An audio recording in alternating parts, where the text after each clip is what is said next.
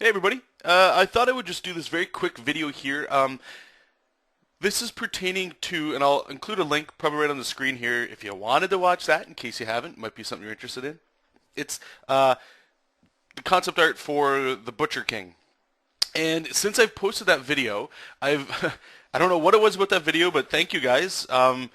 People have just been sending me messages about the Copic marker or the Prismacolor marker, whatever your preference of marker is, in the settings that I'm using. So what I'm going to do in this video is just give you an example, again, sort of following akin to the Butcher King thing.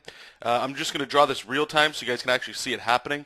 Don't expect bells and whistles. I just want it for the practicality. And to get out of the way right now, in case this is the only part of the video that you care about, awesome. Hopefully you get some great success with it. I just wanted to show you the actual brush settings I use to get, this pretend marker setting. So let's make it big here so you can see the shape of it, right? So when I'm drawing, this is what it looks like. And when you zoom in, it's got this really cool, nifty stuff. It really does start to look like a marker.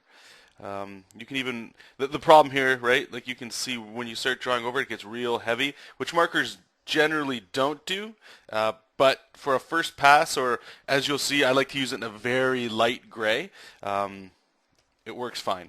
Okay, so let's get into the settings so you can get on your way and start drawing for yourself. This is in Photoshop CS3, I think it is. I'm not sure if that matters, but let's just go here. So right on the brush tip shape. The diameter, I have it at 125. That's just, the actual size of the brush. My default one is 24 because I like to keep it pretty small at times. You can make that whatever you want. This is the key part right here, okay? If you can notice, mine I have it at about 28. To get to this, what you want to do is, if you load up Photoshop, you're going to get something that's similar to this, like your default round brush, okay? Just load up your default round brush and then start doing these settings to it, and this is how you'll get it. So make your roundness around 28, 30%. It's squishing it so that it's flat, like a chisel tip. Sort of like, if you don't know what I'm talking about, markers usually look something like this, and that would be your paper. This way, with the markers, you can actually press on it in a certain way and it'll get nice and fat at the bottom, or you get a nice precision at the top. Okay, so that flat represents like that chisel on the side there. So bring the roundness of about 28%. Hardness, jack that all the way up to 100%. I don't like spacing. Some people do. You can play around with it. Personally, I just, put it at 1%. Next thing we're going to go into is the shape dynamics. Make sure your pen pressure is turned on. There's all the settings for you right there. Everything's basically 0 and off on everything, just the pen pressure. It's a really simple brush. Then the only other thing checked on, well, there's one other, but other dynamics. I have pen tilt on and flow jitter pen pressure. Okay, so you guys can check that out there.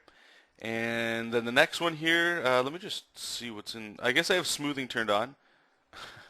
And I don't, let's see what it looks like without it. See if you need it. Okay, we got that, smoothing. It's up to you.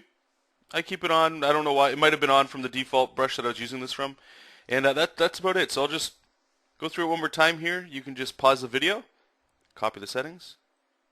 So it's brush tip shape, shape dynamics, other dynamics, and smoothing, just cause. Now the next thing that I do when I do this, by all means, do what you like to do. When I'm working with this sort of thing, I think of it like the gray wash that those markers give you. I like to keep my palette really limited. I like to keep like usually about 3, I'll call them swatches, and I'll show you what those are. I like to keep 3.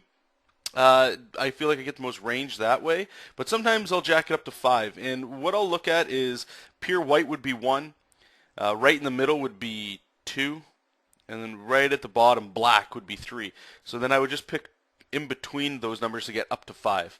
If I was just doing 3, then my range would be about number 2 here, number 3, number 4. Okay, so let's just do this just so you can see it. First thing we'll do is I like to pick like a lightish gray up around the top there and just fill the background gray. The reason I bring this up is because it gives me more range if I'm working in grayscale. Okay, so let's just pick white. just going to get my marquee tool. I'm just going to make a gross box, make a new layer, fill it. And while it's still selected, just move it down. Go back here. You have to kind of imagine here. I believe you can change this right here. So if I were to go to like 50%, oops, is that what's working there? It's one of these ones. I'm always, just kind of backing around. It doesn't matter. Just eyeball it. Let's be honest. So the white is number 1. Down here is going to be number 3. So we need a number 2 in between. So we'll go there, and we'll just fill it. Open back up, and we'll go halfway. This will be number 3. Number 4 is going to be in between black and what we just had. And then we'll go black. I usually don't like using white and black. Well, white, yeah. Black is just so dark that it's kind of gross to work with. And that'll be my value range. Normally, to be honest with you guys, I'm okay with just using just that group. Maybe the white if I need something to really pop. Again, this is just for me. If you're doing this for production work for like clients and stuff, then yeah, maybe a little bit more range might work. So what I'll do here is I have my background already done. I like using like a light gray just so you guys can see where I'm at. I like to use it around here, maybe a little bit higher, but for the sake of this video, I'm just going to keep it around there. Grab it, and what we'll do, I'm just thinking of something we can draw. We'll just do a classic bust shot. Maybe we'll do, I'm on YouTube right now, and I see somebody did a Thor picture, so I'm just going to do a Thor. Just a bust shot. Very simple. This video is not intended to be long. So what you're trying to do here is just keep moving the brush around and start building up shapes here, right? So I know normal bust shot, so I'm just trying to get a nice big chest here on Thor. Oh, he's got some wings up here, And what this is doing is there's no details, right? You're working in masses and chunks. And this is great for character design and idea generation, whether it's a creature, an animal, a weapon. Because I could give this right here, this silhouette, to anybody. Anybody watching this, anybody at all. Maybe we'll give them a big old cape. And everybody can have their version drawing over top of this, and it'll look different, right? Because your style and everything go over top of it. So we'll keep that. We'll give them a bigger neck or something. And that would be it. So we'll make a new layer on top of that. If you want, you can just color pick the black, or you can just press D. The next brush that I use is sort of like a calligraphy brush. And this is what I use to ink in Photoshop. I use this for, if I'm inking at all, client work, anything in Photoshop, I like this brush. Just because it gives me some range of the actual brush. But when you zoom in, it's kind of gross. It's kind of wiggly and wobbly. But here's the settings for that. I won't go over them. I'll just show them. Just pause it so you can get the settings there. So brush tip shape. Again, this is the default round. There's no opacity, like no blend on either side here. It's just a flat brush. You're not building anything up. It's not like an airbrush where you see these sides kind of coming up. Or let me check. Maybe I don't have it here. If I were to turn on other dynamics like pen pressure, you see this right here, how it's dark in the middle? So when I draw, there's nothing and it's very faint, but when I press very heavy, it gets thick and built up. This kind of brush is great for painting, but this is not what we want. Let me just get my brush back. Okay, so this is what we're looking at. So shape dynamics, there's your settings. Smoothing's on again. Brush tip shape, this is probably the most important stuff here, okay? Now, I'm left-handed, so the tilt is going this way to the left. If you're right-handed, I would recommend just flipping the angle. Go to the right, okay? It's probably like 260, or no, sorry, about 60 degrees or something. Somewhere around there. Just feel the angle. Feels good for you.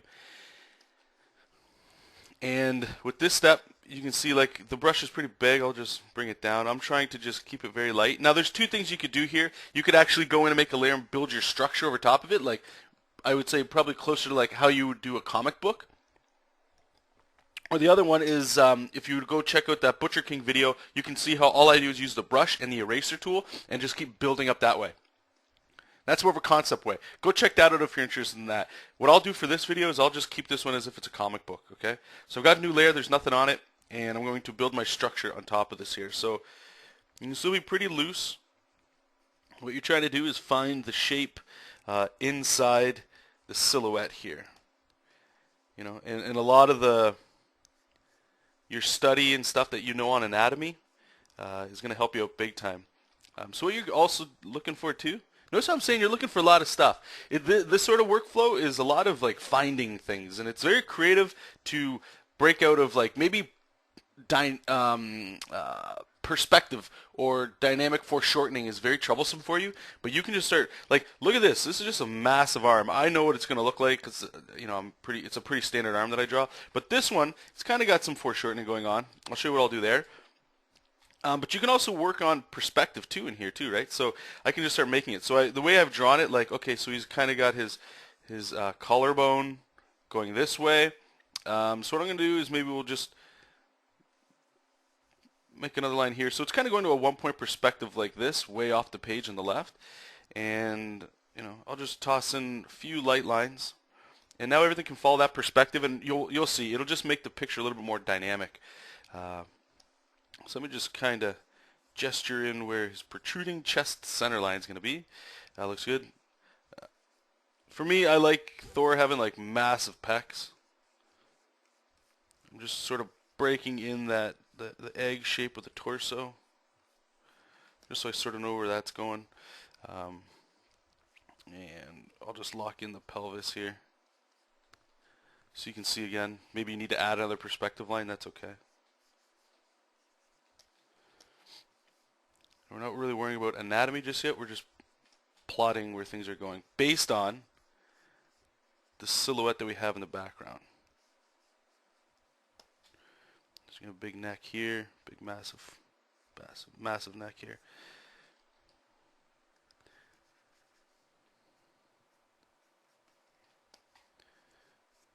All right, so let's start gesturing in. I like to use whatever's in the foreground first before working on like this background arm, because this arm here is going to help us figure out the other arm, and you'll see what I mean in a second here. So, you know, there's, you know, I always try to tell you guys to work in cylinders and think like that. I am doing that, but you can't really see it because I'm changing the cylinder shapes. You know, like I'm adding anatomy to this, which might be right, might be wrong. I think the more you draw, the more you start to figure this out, and you eventually go down to this route here. So, okay, so now I can still follow that perspective here. So the shoulder's still going this way, right? So that's the beauty of working in perspective. It helps a lot of these ideas kind of come up. So he's got a fist and it's kind of coming at us, but the elbow, it's not like his arm is forward like this. It's still resting somewhat similar to where this elbow is. So this one's a little bit more perspective heavy. So I'm going to start really worrying about the cylinders here. Get the wrists and the big old forearms. Probably put like a big fist here. And we're not going to render this out. I just want to show you guys like this sort of step here. Alright, so that's about it. I'm just going to flip the canvas real quick here just to get a different flavor, see what we're looking at. Okay, so I like to protrude the chest here, and I always find it funny in bodybuilders when they're not cutting. It's called bulking, when they just eat and they just get big, and then they cut when they go to competitions, and you see all like the muscles are so ripped, it's ridiculous. But when these bodybuilders are like just, you know, eating whatever, and they're full of salt and water, it's like they get like a bloated look, and they still have these abs over top, and it looks really funny. So to get around that, what I like to do is I like to suck in the chest a bit. So even though I have that center line, I still know that it's still supposed to match up to the pelvis there. So I'll suck in the abs like this, and then I'll start bringing them back out. And you're going to see what it does is it instantly makes the torso read a little bit different. Connect that guy into the ribs.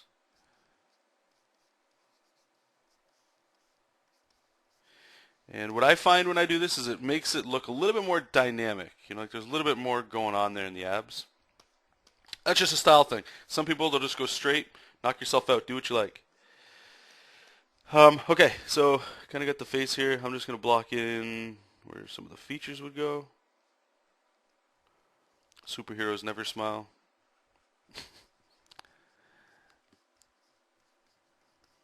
That head might be a little too small. Probably is. Oh, that look at this. Look how wacky that is. Yeah, we'll go like that. That's fine.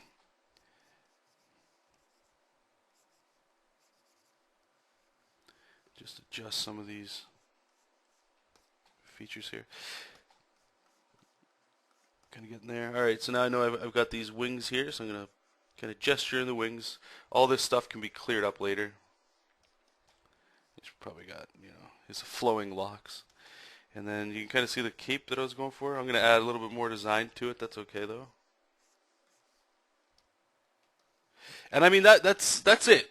And then from here, what I would do is you probably just turn off that layer that you had for the silhouette, lower the opacity on this guy, go over top, and then just do the exact same thing. But now these are like your final lines. Now you're going in there and you're really trying to make sense of all the lines that you're using.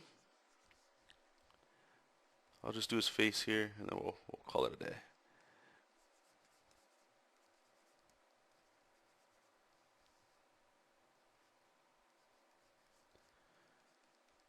I do use this method when I'm working on my stuff too. From time to time, like if something is pretty troublesome, or if I just can't really figure something out, or I want something maybe a little bit unique, that's what I'll do is I'll just break it into a silhouette and see if I can't get something unique happening from it. So right away I'm just flipping it because some of these things are just not lining up right.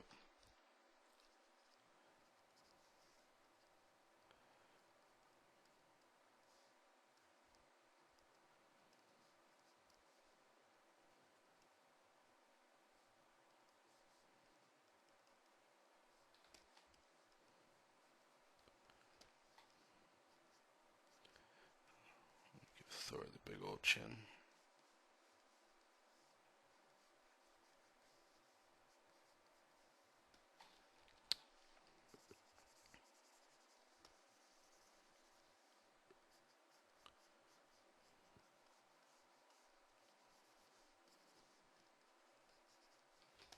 How does his helmet look? Oh, it's just like a simple helmet.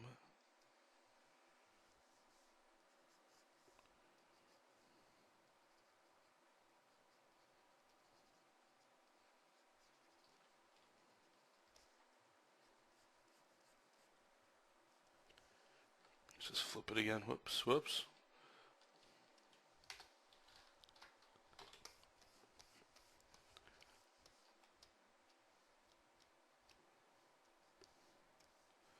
Just turn off the underlying layer. You kind of see where things are going.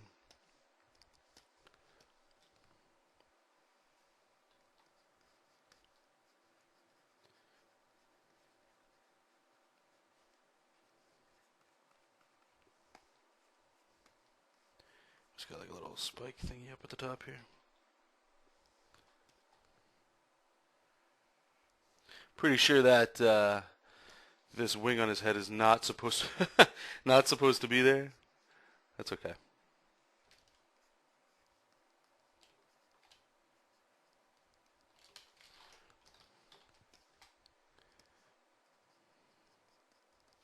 And you can put your rendering wherever you want it to go.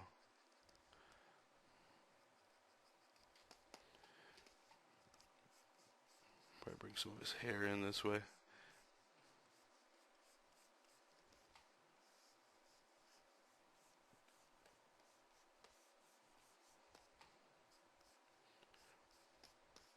Still like my Thor with like I say, massive neck. Although most of my characters I draw, they all got like the same kind of build. They're all like just giants. But anyway, let's turn it off there so you can see it. So I mean, like it's just a different way to work. Try it out. You might like the results it gives you. You might not. You might hate it. It is a little bit different of a workflow. Again, I've learned about it anyway. I'm still learning how to do it better. But from where I learned it, it was for concept art. Because of the speed it gives you to get unique designs. Now, how do you translate that into actual comic book pages? A little different. It can be done.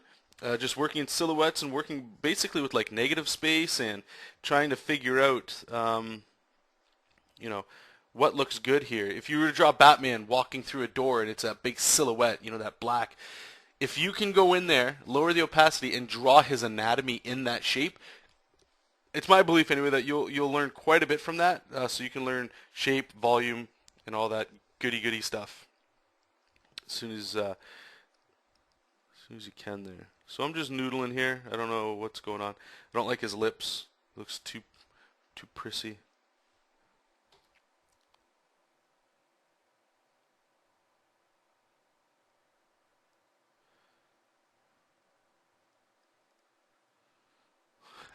You guys really don't need to see this. So I'm going to cut the video off. Let's just give him some the best lips ever. There we go. It's Thora the Exploring? I know I spelled that wrong. The Exploring Thunder God. There you go. Anyway, hope you guys enjoyed it. Try it out, check it out, see if you like it. And if the only thing you really got out of this video or that you really wanted were the brush settings, hopefully they work for you and you guys dig them and they work for you. So anyway, see you guys in the next video. Keep reading comics, keep making comics. I'll see you then. Bye. Hey guys, just real quick, I just want to let you guys know, you can find me at patreon.com/Jonathan Rector. All your financial support there goes directly back into making more content for you guys and you ladies out there. And remember, you can always cancel your subscription at any time. And if you are one of my Patreons, thank you so much. Your help gets me closer to making my personal comics and my dreams come to life. Seriously though, head on over there if you guys are interested. And anybody that gives any money at all, if it is something that you're interested in, you do get access to my pencil brushes that I use in Manga Studio 5EX for free. And there's 5 of those guys. So subscribe today if you're interested in it. Share if you're not. Maybe one of your friends might be interested in it. I appreciate all of it. Thank you again, and enjoy the video. Bye.